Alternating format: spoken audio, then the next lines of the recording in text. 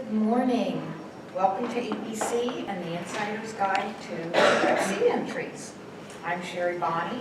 I'm a member of the Excellence in Construction Committee. It's great to see so many here this morning. How many people are here because they've never entered this program? A couple tentative hands, 3-ish. Well, welcome again, and it's a good idea that you're here to get these ideas today because this program will promote your company, boost your company morale and owner satisfaction, and gain recognition for all your hard work. There is a marketing tools flyer on our website underneath the business development tab with tips to get your creative juices flowing about how to use this program. And there are also instructions to help guide you through the process and pictures from this year's event. For those of you who are here and have entered before, kudos to you for continuing to support the program. So let's get started. Our first speaker is Dan Fickner. He's Executive Vice President of Providence Engineering. He's been on the committee for a long time. And he's been judging the program since the start of the program, actually. After Dan, we're going to have Tracy Althouse from Wilson with her award-winning thoughts about the submission process. Tracy has worked for Wilson for 25 years, beginning of May, and she's been on this committee since 2005. She's been involved with EIC submissions in some way since 1995. So she brings a lot of experience to share with you this morning. If you have any questions following the seminar, don't hesitate to reach out to any of our presenters, Barbara Holtzapfel, the Director of Member Services, and staff liaison to the EIC committee, and also to Zelina. So, Dan. Good morning. It's a heck of a thing when everything you've done, you've been doing for a long time. A little bit of history. I'm pretty sure the EIC program was started by what used to be the Associates and Suppliers Council as a benefit to contractors. And it's important to us that we constantly keep it a program that enables you to submit locally, but then also nationally. We are constantly every year checking on what are the requirements for the ABC National EIC so that from one submittal to the other, it's an easy job. There we go. Now, how do I get big screen, Barbara? I think Doesn't matter. Our company motto is keep the president away from the equipment. Well, you can see that. Is that all right for a video?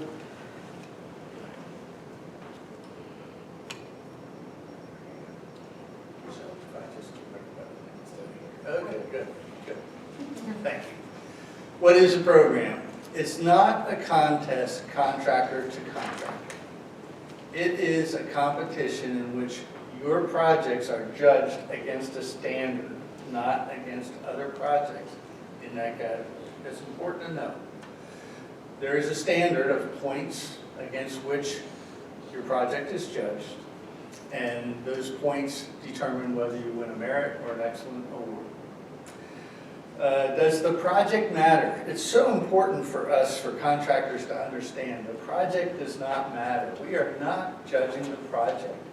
We spend a lot of time with the judges saying it doesn't matter what the budget was. It doesn't matter what the design was. We're trying to ascertain and judge, did the contractor do the best job with what was before him as was possible? You don't have a choice from year to year what projects you get to bid on or to negotiate or to do.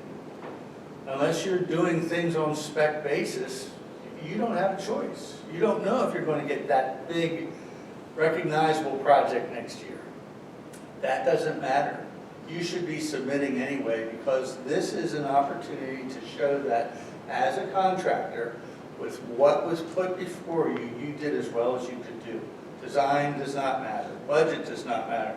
In fact, in the various categories, you'll see some projects are 0 to 500,000, 500,000 to $1 million, $1 million to $2 million, and so on, so that we are trying to judge a project against a standard that isn't so wide open that it's hard to manage. We look past the design, and the judges are looking, as you'll see as we go over these criteria, how well the contractor performed what was put before him. It's a contractor's program. It is not design. It is not budget. So we'll talk about how the EIC entry is handled. First of all, your entries are screened. That's a staff function. Staff looks at, when you're on your entry form, you'll see how many categories there are. And staff will look at your submission and say, did you choose the right category? If there are questions, judges will be brought in to help say, yes, it should be this category, it should be that category. It can be difficult sometimes to make sure that we're in the right category. One of the best examples would be a medical office building. Medical office building, somebody builds a building and it's a spec building and it just happens to be the doctor groups rent it. Well, the actual type of construction isn't too different from other office buildings. It's not as complicated as a healthcare facility, which has more sanitary finishes and a lot of mechanical systems that a regular office building wouldn't have. So it should be under commercial office instead of under medical. Those are the kind of things we look for. And if you have questions about your submission, please call into staff to ask, and if staff can't help guide you with that, they'll talk to the judges, and the judges will help you decide what your category is. So entries are screened and put to categories. Once we know the categories, how many submissions per category, we can solicit judges. And all the judges are volunteer design professionals from the ABC area. Not all of them are ABC members. Many are associates, but we gather judges who are mechanical, electrical for MVP projects, architects, engineers, civil for site, and so on, that would be appropriate for the category that is submitted. We have a judges breakfast. Judges gather. We go through the same talk I'm doing now. Design doesn't matter. Budget doesn't matter. You're being asked to look at, did this contractor do the best job with what was set before them? The judges are paired. We try not to have any category where there's just one judge. We pair the judges and we tell them, look at one project together, and then if there's 6 in your category, you can look at them separately and then come back together and compare notes. We don't want one person way high and one way low. Talk it through. Why is it the score given that you've given? And admittedly, judging is subjective. We keep it as objective, meaning against a criteria, but there's some judges that are more hard-nosed than others. We try to even that out by, at our judges' breakfast, talking through what we're doing. Judging and, if necessary, site visits. For many, many years, we performed site visits. We would cover every project from Chambersburg to Main Line up to State College, and we burned out a lot of judges. It just takes too much time to do it. And besides that, trying to comply with the national EIC, they do the judging strictly by the submitted package, photographs and everything else. So, if necessary, if judges can't decide, if they're so close that they just don't know, is this an excellent project, is this a merit project, we just need to see the workmanship. The pictures didn't tell the story for us. We're just not sure how we should be finalizing our score on this. They'll call you and make the arrangements, if necessary, for a site visit. The judges' scores are then submitted and tallied by an associate member, volunteer accounting firm, and judges never see them till after the fact. If there are questions from the accounting firm, back through staff, judges will be asked to clarify. And I'm a little remiss in saying, as I'm moving through this, if anybody has any questions, please ask. We will have a question and answer session later, but if there's anything that pops up as I'm describing these, please ask. So, what are the categories? How do we judge the projects? There are 5 categories, 5 scoring categories totaling 100 points. Contracted scope. That's a very short, well, we'll get into these. Contracted scope, a narrative, which is the most important part to the judges. Safety, we are all very concerned that everybody comes to work and goes home safely that day. References, was the client satisfied? Photographs, how can we tell what you accomplished? A project description, are you an ABC accredited contractor, which gives you optional 2 points? Everybody likes extra credit. And ABC training, are you availing yourselves or your personnel of ABC training opportunities? Again, everybody likes extra credits. So the contracted scope. This is a very brief description. It is part of the entry form, and it tells staff what category you're in and enough about the project to make sure it's in the right category. What is the size of the project? Size of the project meaning dollar volume, so that we know what category you should be in. Size of project, sometimes we get into square feet when we're talking about renovations, because is it a renovation or is it an addition? And there are percentages which are on your entry form that tell you, should it be a renovation or should it be an addition? And that's a percentage that we base on square footage. I don't think just on numbers, Julina, I think it's also percentage of the project. Scope of work performed, what did you do? This is a description. Were you the GC? Were you the specialty contractor? Were you doing just millwork or casework? Were you doing painting, drywall, and other wall finishes? What is the scope of work performed? Facility type. Facility type is so we can be a little more narrow on the scope of what you're doing. As I started to say, a hospital is a lot more difficult, perhaps, than a spec medical office building. They should be separate. Individual houses versus elder care, many houses together, a lot of cottages, would be different. Is it institutional? A whole lot of terrazzo and tiles and other things that are expensive and hard to do or take more care than a less expensive, smaller, less difficult building. We're trying to look at create categories so that we're looking at projects in a similar manner. Contract type and duration.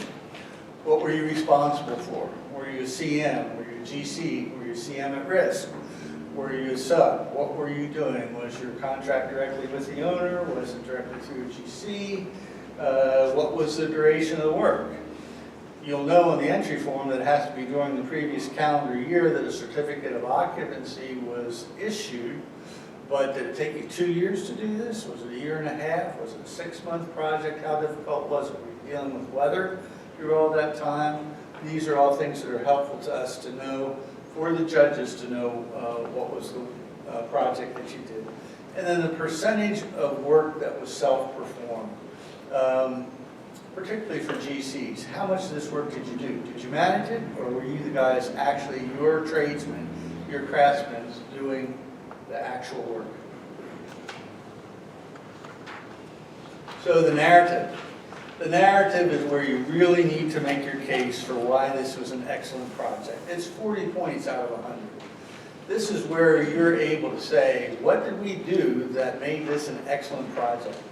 What problems did we overcome? What schedule issues? What site constraints?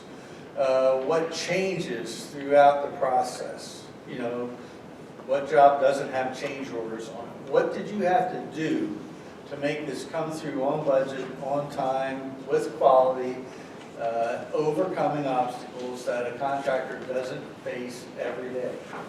That's not to mean that if it wasn't a difficult project, it wasn't done excellently.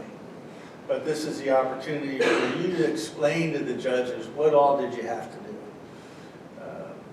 Here's where you should shine. Here's where you should take the time to let a judge know, let the pair of judges know what all you did to accomplish this project. The story, a paragraph explaining the project. What was it that you did? Did you construct a dormitory for college, or did you, because of the schedule, gang form up roof trusses to take 2 weeks out of the schedule and lift them up with cranes. What did you bring to the job that made it work, that wouldn't have worked according to schedule, according to meeting budget? Where did you come up with value engineering? What did you do as a contractor to make this project come in under budget and on time? What were the hardships overcome?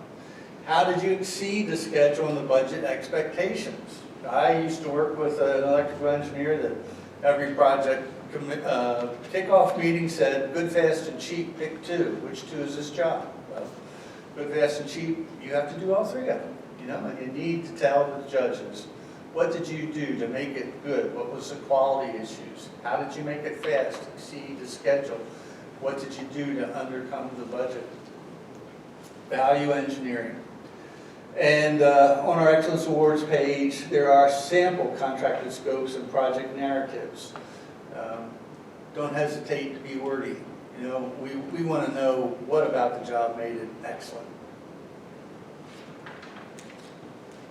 Safety, 25 points. This is very important to ABC. This is very important to you as a contractor. This is very important to all of us. There is a safety form as part of the submittal. Can you show us that you have a written safety policy? Are you working from a project manual? And can you give us examples that every week you're having toolbox meetings, or on a regular basis that you're having toolbox meetings, tailgate meetings? Are you a STEP program participant?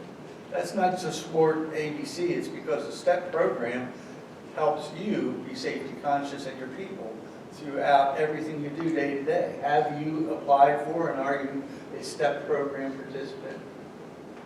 New this year, ABC Keystone will verify your level and year of participation and provide a list of current STEP members to the EIC judges. In years past, we've had to be careful. We'll get a STEP certificate that's not current.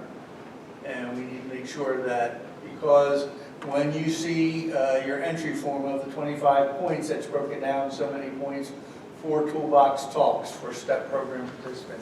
So it's pretty objective. We want to know that that's what they are. So staff is going to help the judges confirm that you were indeed a current STEP member. References, client satisfaction. We want to hear from 2 references how you did as a contractor. For a GC, we want to hear from the design professionals and we want to hear from the owners. Unfortunately, there are some owners who, for corporate reasons, for liability reasons and otherwise, won't give references. They'll never say, you did a good job. They can't afford to say, you did a good job. If that's the case, then we'll be looking for you to ask your subcontractors to speak up on your behalf and say, hey, this was one of the better run jobs that I ever participated in. If you can get from the owner and from the designer, that's preferred. If you have to, get a subcontractor. For a subcontractor, likewise, if you could get, or a specialty contractor, the design professional, it might be the MEP engineer, it should be the owner and the designer. If not, instead of a subcontractor underneath, get us a reference letter from the contractor for whom you worked or with whom you worked. If it's direct for the client, and again, we do have issues, clients for liability will not say you did that well. They have to reserve the right to sue you. And they can't if they say, hey, you did a great job. So we don't always get the reference letters we want. Do your best. We will judge accordingly. If it's impossible and you submit a letter saying, we cannot get references on this job, we'll work with you on it. But do everything you can to get those. Photographs. An important part of it is that we need to show progress. And the hard part is now, here it is January, to decide the project I wanted to enter from last year, you know what, we didn't take any photographs, all I have is photographs of finished quality. We can work with that, but it would sure help if we had progress photographs. It would sure help the judges to see what you did, how you did it, what you overcame in the process of completing this job. If it's a steel stud and drywall project, it would sure help to see the framing, not just the finished project. If it's construction, if it's site work, it sure helps the judges to look at what you did to show project progress. 5 to 10 maximum. Now in the digital age, we can look at more than that, but we're trying to say that's all you need to do. They do not need to be professional quality. You don't need to hire somebody to come out and do it. It's what your superintendent's taking on a regular basis, or your overhead drone, or your job site set up for security. It'd be very helpful if you can get pictures through progress to show what's done, but it does not need to be architectural photography quality, which should show us complexity and uniqueness. Last year's B.R. Kreider and Son, it wasn't just site work, there was some complexity to it. And we wouldn't have known that if we didn't have photos to show what was done. It needs to show the quality of your work. If you're giving us a mason entry, I can't take a picture from a quarter mile away and see what the masonry detail was like. You know? It needs to show the quality of work, because a judge probably will not be visiting. We need to see workmanship as expressed through the photographs. Project progress, photos of the work performed. This is where the judges have the opportunity to physically see what you did. So, project description. New for this year, we're requesting the project description be submitted with each project entry. We did have, that's as much for making sure we're in the right category as anything. If a project is an Excellence Award recipient, a project description submitted by your firm will be read from the stage at the awards gala. We need some information from you that we're saying about your project briefly, what you'd like to be said about your project at the awards, and a project description between 30 to 40 words long to highlight the most impressive and unique aspects of the job. This is your elevator speech to the industry as to when the award is presented, what you want to say to it. It will be subject to editing and may be changed by the ABC staff, but there will be interaction with you on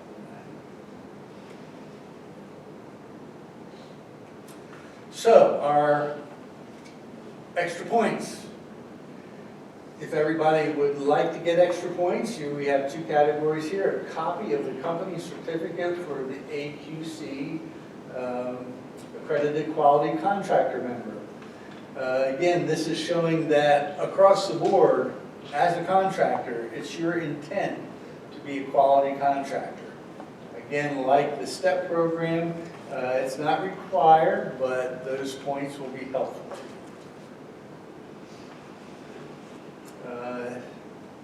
Jillian, that's something the staff will check for us as well, right? Yes. And training. If your company has used ABC apprenticeship or other ABC training in the last 12 months, provide a written description explaining how this training helped equip you to complete this project. Are you taking advantage of safety? Are you taking advantage of all the other job site and management programs available through ABC? Were they helpful to you? Another optional 2 points. We do have projects that end up being over 100 points. We've seen excellent projects in the past. And sometimes those things make a difference between a merit and an excellence award. So, everything we've talked about has been objective. Judging what was accomplished against a standard, points awarded against a standard. Kind of like ice skating. Did they fall and you take points off? Did you make a quadruple jump, a triple jump, whatever? There are standards the judges use. And everything we've talked about so far, the judges are looking at your work against a set of standards. However, we would like to let the world know what ABC contractors do. So we've instituted a project of the year as a culmination, a top award in the Excellence in Construction program. There, the judges submit, when they're done, We think this is a project that was excellent and should be considered for Project of the Year. Staff and head judge will be looking at those projects and say, yeah, here's 6 projects that stand out. It now becomes a subjective process. Is this a project that was not only high in client satisfaction, but it did have community impact? Last year's PR Crider, that site project made a huge difference in a quadrant of the Manheim Borough. It is something that affected the community. It enhanced the community, and it gave recreation space to people who didn't have it previously. Is there community impact? It were design features such that now we can say subjectively, wow, this was some kind of a building. Look what an ABC contractor did. He built something, and look what the design was. We don't necessarily highlight who the architect or design professionals were, but this is a wow factor building. And the positive notoriety or high profile status of the project. This is where we jump from objective to subjective to say to the world, here's what Keystone and ABC contractors are doing. We then find a separate set of judges who are more industry aware, but not necessarily design professionals, professors, association presidents, media people. We take another separate panel of 3 judges who then look at the excellent project and say, what was the client satisfaction, what was the community impact, what were the design features, was it a wow factor, was it high profile, was there a lot of notoriety associated with it? And that culminates our EIC program with an award of Project of the Year. And all you specialty contractors need to know that we have, last year it was an excavation site work project. It does not need to be a GC submittal for it to win Project of the Year. We have looked at electrical and other projects that were close to winning. It was just subjective then instead of objective. So, and when it's awarded, anyone, any contractor, subcontractor who was on the job will also receive recognition. If it would be a college institutional building that had an amazing amount of tile work on it, and the tile people submitted an excellence in construction award submittal, they'll be recognized as part of the team that brought about Project of the Year. So, entrant perspective. I think we'll get questions from everybody when we're done, but Tracy.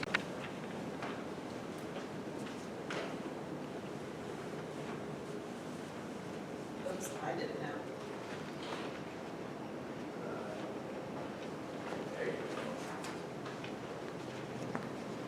Okay, first I'm going to talk about submitting an award. First step that I go through at the beginning of the award season is to review the entry rules and to develop a list of the projects that meet the submission criteria. And I try to look at that throughout the year, because sometimes I get busy and I forget, so I play catch up, but I try to do it proactively so that I'm ahead of the game, because award season comes around before you know it. In your packet of materials that you have there in front of you, there's an intent to submit form. And on that, it just lists basic information for your project, as well as 2 pages of categories that you can review to determine what project category you want to submit in.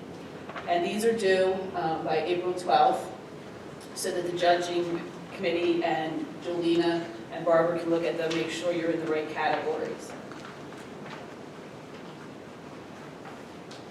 Next, I start to gather a checklist of materials that we're going to need to submit, especially project photos, reference letters, some of the items that take a little longer to gather and are a little out of your control. You need to rely on the teams to request your letters and get your photography sometimes. And I developed a brief list of the items needed, and I try to keep on top of it and check them off as I get them to make sure that we're making progress as the weeks go by. And on the back page of your entry form, which is also a packet of material you have in front of you, there is a checklist to help you get started. And I generally take this checklist and I expand it a little bit for some of the requirements that are in each section. I do some checklist to make sure that I'm getting all the pieces and parts that are listed in your actual entry form. But it's a good way to keep you on track and know what you're getting turned in.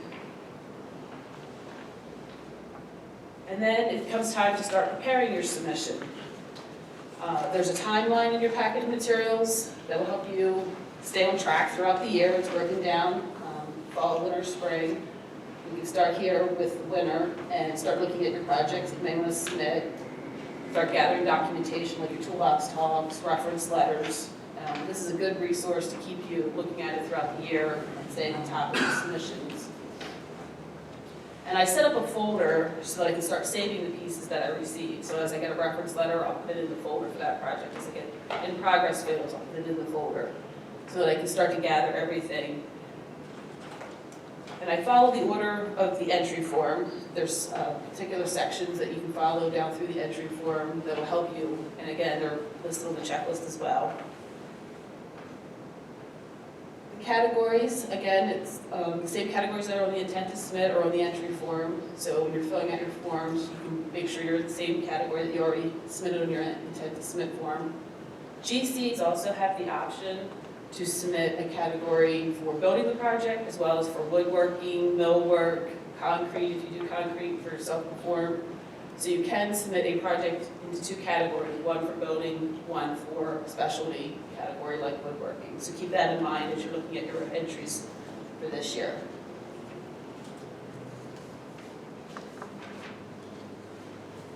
One of the big areas that takes some time and requires team involvement is why the project was special.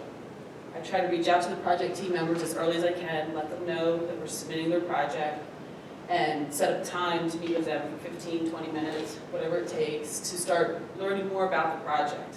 It's all in their head, they know the details. You're aware of the project, you know some of the challenges, but they're more deeply involved on a daily basis. So I sit down with the team with a list of interview questions and start asking them different aspects of the project, get their input, draft it for them to look at, finalize it, and then I end up having another team member looking at it for a fresh set of eyes. This will help develop the project narrative when we get to that part of the entry form. But this is one of those steps that I try to do early as well, just because it takes time to get on their busy schedules and get it drafted and reviewed. The contracted scope, like Dan said, make sure you answer the questions that are listed there. They're also listed on your entry form. It helps the judges know that you're in the right category, and they can look down through the list and check those items off. The contracted scope is usually just small paragraphs or bullet points. It's 1 page maximum.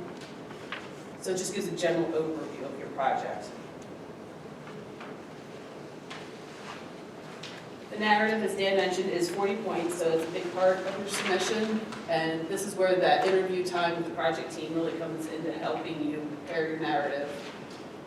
And then include all the challenges, obstacles, value engineering, everything that Dan outlined just a little bit ago. Why it's special, why it deserves an award. And like I said, I have a coworker who wasn't involved in the project, wasn't involved in the interview, wasn't involved in helping me write it, read it, see if it makes sense to them, they understand it, they've learned more about the project than they probably didn't know before. And like I said, it's always good for a fresh pair of eyes to look at something and see something that you're not seeing, something that's missing, or something that may not be very clear. Safety. That's 25 points of the submission. Like Dan said, it's very important to ABC, it's very important to your company, it's very important to your employees. You want your employees to always remain safe on the job. You want safe working conditions for them, for the clients, members of the client's team that may be on your project. If you're on a college campus, students that are walking near your construction site, you always have to keep safety in mind. So I meet with our safety director to review the questions, get their input, make sure there's no safety fatalities, because that will disqualify you from submitting for this. And they're the best source for all the OSHA numbers that you need, and the safety policy and manuals, toolbox talks come from our safety department as well. As it says there, be sure to include all the items. It's a very easy section to get all the items checked off and get your 25 points. So it's an easy section.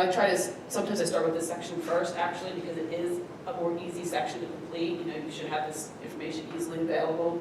and with help of your safety team or your HR team, you can get this checked off and this section done pretty quickly. Reference letters, 2 minimum, as Dan explained, for the different categories of whether you're GC or subcontractor. We asked our project team to request the letters. I try to do this early on in the process as well. It takes time. Most owners are more than willing to, unless, like Dan said, they can't for legal reasons, but it takes time for them to write the letters. They're busy, they have busy schedules, so waiting till like the week before they're due, you're not gonna get them. Start now, ask for them, give them time to think about it, and to write a really good letter and get it to you. I also try to get more than 2 if I can. I've reached out to subcontractors in the past year or 2 to get more letters. It helps your submission locally, and then if you go into national, you can actually have like 7 or 8 reference letters that you can submit, so it helps your points on a national basis as well. Now would be the time to try to get more than 2 if you think you want to take it to national, instead of going back out when national's due in the fall, asking especially contractors for letters then. Photos. As Dan mentioned, they don't have to be professional. We use a combination of in progress and professional photos. In progress for as the job's going, our teams take, our superintendent, our project manager, as they visit the site. It's also good if you have a renovation project, if you can get before pictures, so you see what the building or the room looks like before you started, while you were working there, and then when it was finished, what you transformed the building into, or the room. It's always good to tell the story and show what you've done and what your company's capable of doing. Because as Dan said, they don't go out and see every project, so the pictures really can tell the story of your work. Try to take in the summer and early fall before winter weather. That hasn't stopped us. Right now we're trying to figure out what we're going to submit this year. You may have to go back out and take some pictures. The weather's not been great, but you need the pictures. You take the pictures, you don't worry about if the weather's not cooperating for you.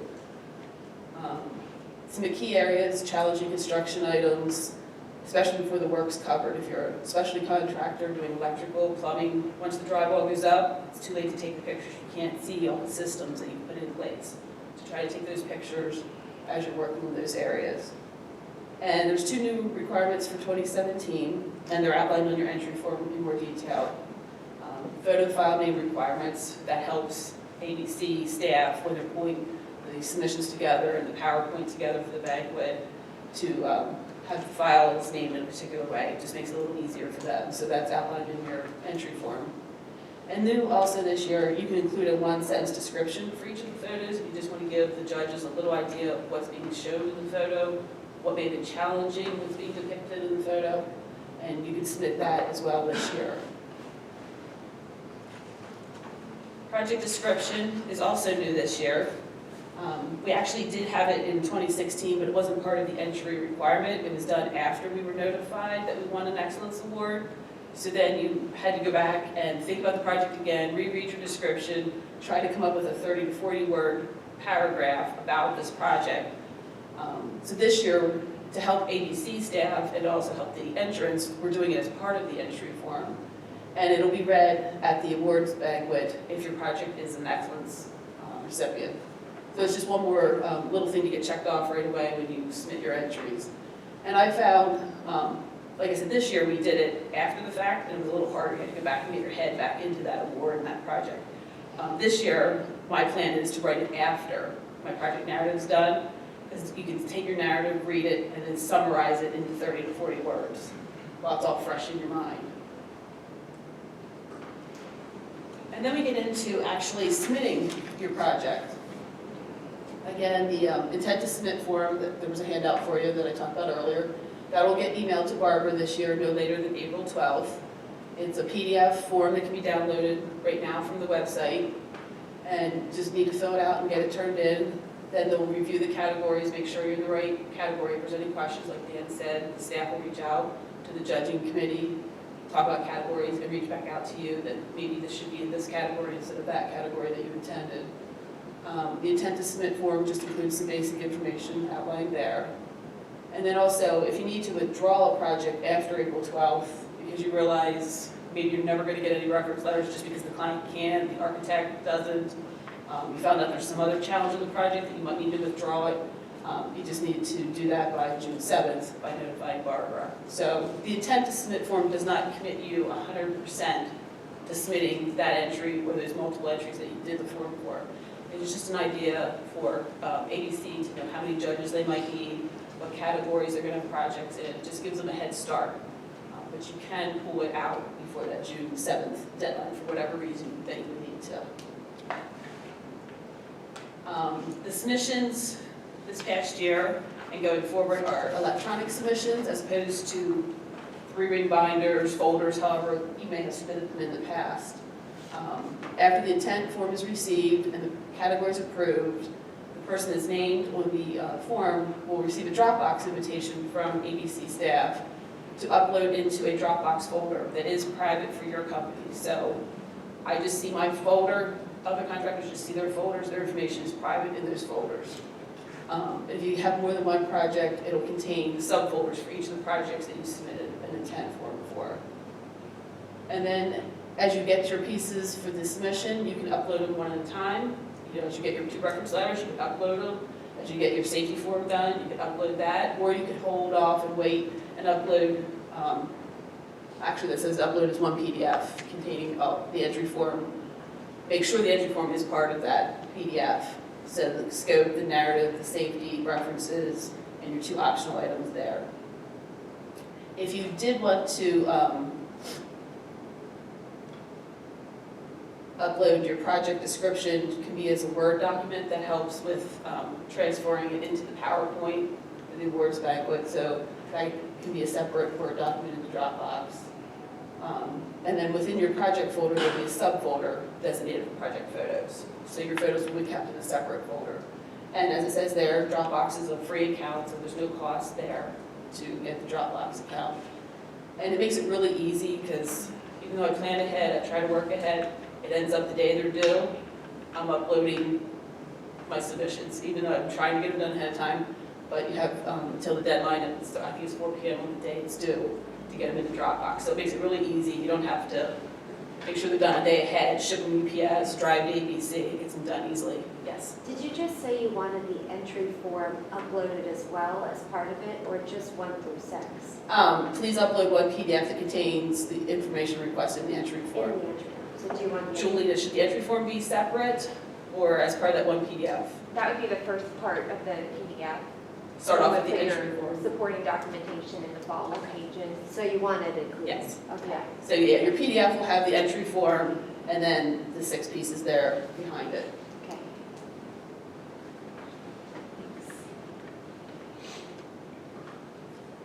The entry form is also, like I said, as a handout that you have here. It's also available right now on the ABC website, so you can download it in either Word or PDF format. So if you like filling it out as a PDF, it's that option, or as a Word document. So you can get started on downloading those and starting to fill them out. And the signed entry form must accompany your materials in Dropbox, so make sure that that's part of it. There's the deadline, June 7th at 4 p.m. So like I said, fortunately, last year I was uploading them at about 3 p.m. and making sure all the pieces and parts were there for each one of them. Typically what I do, even though they're electronic, I have a binder for each award submission laying out on my counter in my office area so that as I get the pieces, I put them in the binder. I'm a visual person, looking at it on the computer in the folder is great, but I need to see it in front of me so I can flip through the binder. I lay a checklist on top of the binder, so as I get pieces, I check it off, and then I can see at a glance real quickly, oh, I'm missing reference letters for this submission. I'm missing in progress photos for this submission. So you can do it, still do the old-fashioned hard copy binder if that helps you in your office, or you can do it all electronically, folder on your computer, and the pieces and parts that you need. And it must be uploaded to your folder by 4 p.m. And your payment must be received by ABC as well on the 7th by 4 p.m. Just some benefits of entering the ABC competition. It's a great way to recognize your employees, your company. You can issue press releases for your winning projects, which helps promote your company, helps promote your client.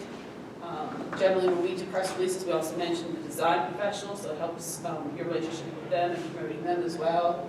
You can post it on your social media accounts, send e-blast, or direct mail pieces if you do direct mail.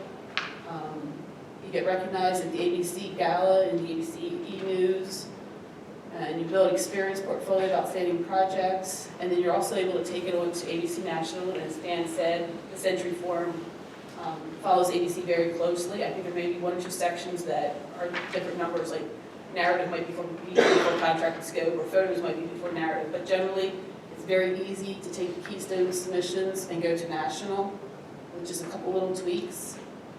It's also great for employee morale.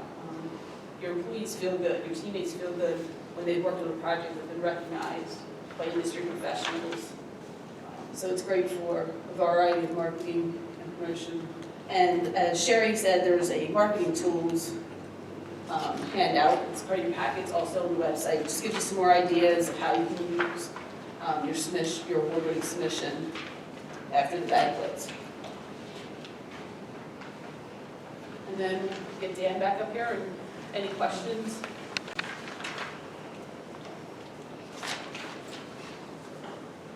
I'm Jelena. Thanks for coming today. And I just wanted to make a note change for this year on the entry form from past times. On page 9, section 5, we are looking for project team information like we have in years past. We are asking you to identify the primary architect and primary engineer and the name of the general contractor if you are a specialty. And those folks will be recognized in the printed program for the gala. So it's important that you complete that and with a complete company name, as that company would like to be recognized in print. So be sure to include that. No points assigned, but part of recognition that you'll receive in the long run, and for your project team as well. And then section 6, we're asking you to identify a marketing photo image. So instead of ABC trying to choose which final project photo you would want recognized in the PowerPoint, in our printed program, on social media, throughout the year after you win your award, we're asking you to do that on the front end for us in the entry form. So if there's you can copy a photo in your Dropbox folder and label it marketing photo. You can put the number on the entry form. That'll just save a little bit of back and forth and trying to decide for you from a staff perspective which photo you would want to include. So those are a couple of new sections, revisions there, tweaks that we're making this year to hopefully recognize the project team and recognize the photo that you would want included in all of the materials after you win your award. One thing I'd note would be about marketing. I love each gala to see the pride that owners who are brought along by the contractor take in knowing that an industry has awarded their building with an excellence award. You can't do much more for your clients than bring them along and let them bask in that enjoyment. And one thing I forgot to mention with your photos, make sure your safety team or someone that's knowledgeable about safety issues checks your photos. You don't want to submit a photo that has a safety issue that will be picked up by the judges that are experienced in the construction industry.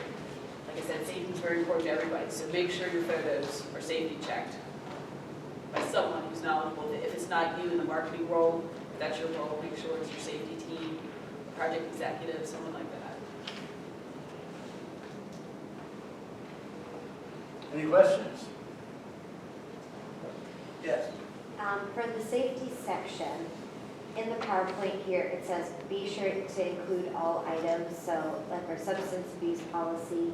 Do you want an example of our toolbox talks or like a safety report that our supers do every day?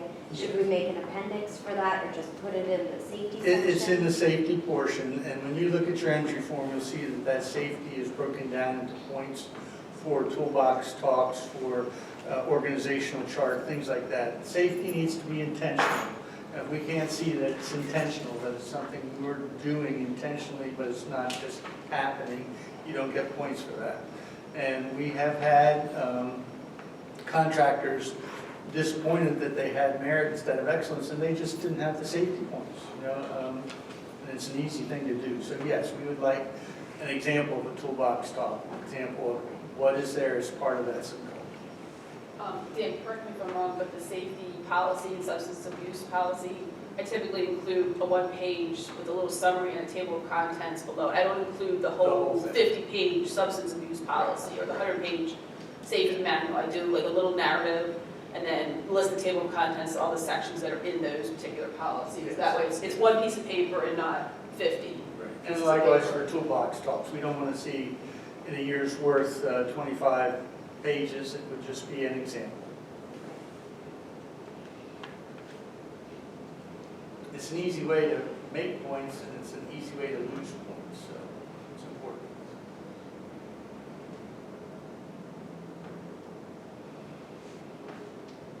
Any other questions? On the toolbox talk, are you looking for one example or are you looking for multiple sheets for the one project? One example would be fine, but it should be specific to that project. We wouldn't want a contractor to say, here's an example of toolbox talks we do, and it's not appropriate and wasn't part of that project. It should be just one page. And a lot of times we do safety meetings, toolbox talks at our shop. We don't necessarily do job sites. That would be acceptable. That would be acceptable, yeah. If you have 4 to 6 crews going out separately and you're doing a toolbox talk, we would accept that. That would be fine. I would somehow note on it, if you can write across the top, this was a typical toolbox talk. It applied to these jobs for that day. Very good. This will be online, and if you have questions, ask Julina, ask Barbara, and we'll be happy to help with any questions that we can.